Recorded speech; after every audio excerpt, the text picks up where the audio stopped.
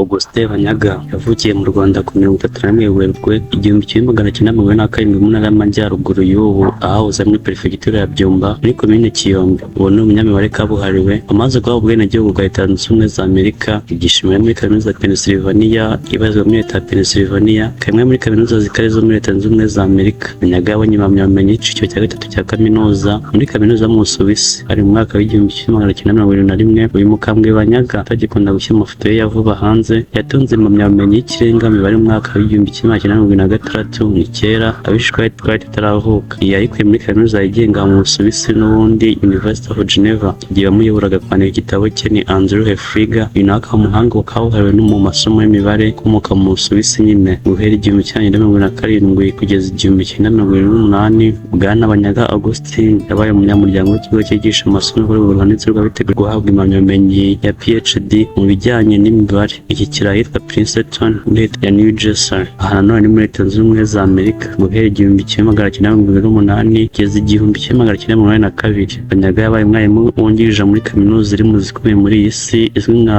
Harvard University. Yabaye kandi umwarimu wungirije Assistant Professor muri kaminuza Boston kuva 1982 kugeza 1984. Nyuma yaho nibwo yagiye kwigisha muri kaminuza ya Pennsylvania nk'umwarimu wungirije. Hari 1984 kuva 1992, Bwana Banyaga Augustin yagizwe umwarimu wuzuye full professor muri kaminuza ya Pennsylvania State University, ari naho akigisha ubu tuvugana. Ubushakashatsi bwa Bwana Professor Banyaga bwibanda cyane mu mibare yo mu gice cyiswe Simplest Topology, ahaza imibare mu bwoko bwa algebra, geometry, typology, contact, Poisson, dynamics hamwe n'ayandi moko menshi y'imibare ashorwa n'abafite mu mutwe hatyaye kandi yafunguye. Ubu bwose bukaba ubwoko bw'imibare ishorwa n'abahanga bo ku rwego ruhanitse. Professor Banyaga kandi n'umwanditsi w'ikinyamakuru cyandika ku mibare cyitwa Africa Mathematica. Iki kikaba icy'akanama k'abanyamibare bihanganye ku mugabane wa Afurika. Nanone Professor Banyaga Augustin ni umwanditsi mukuru w'ikindi kinyamakuru African Journal of Mathematics. Iki gihanganye imibare kimaze kuyobora ibitabo by'abanyeshuri b'abahanga mu mibare baba bayishaka impamyabumenyi yo ku rwego ruhanitse rwa PhD. Ntabwo akunda kwandikwaho ibintu byinshi,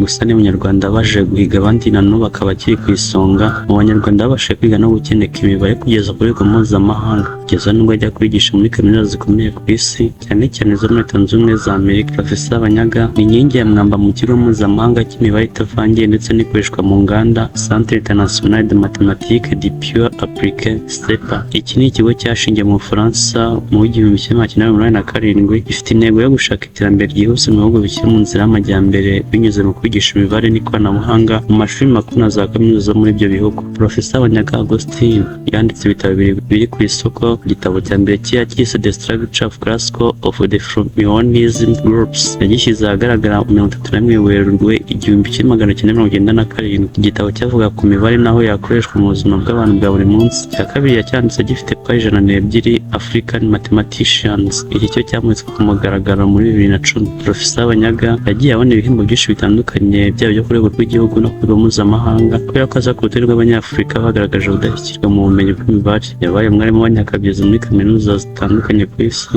duhereye mu yahoze ari Kaminuza Nkuru y'u Rwanda, Kaminuza y'i Louvain mu Bubiligi, iya Warwick mu Bwongereza, iya Porto-Novo muri Benin, Kaminuza ya Maryland n'ahandi henshi. Kugeza ubu Professor Banyaga afitanye imikoranire na Kaminuza ya Benin aho aza kwigishamo nk'umwarimu y'isura Professeur Invité. Ntibibagirwe gukora subscribe no gusharinga cyangwa se gukwirakwiza iyi nkuru mu magroups n'ahandi muteranira kugira ngo ujye ubona inkuru nyinshi uko tuzishyizeho. Akazi kacu ni ukubwira ibyo amatwi yawe atabwiwe, ko gusoma ntusondekwe bisabitse mudasobwa.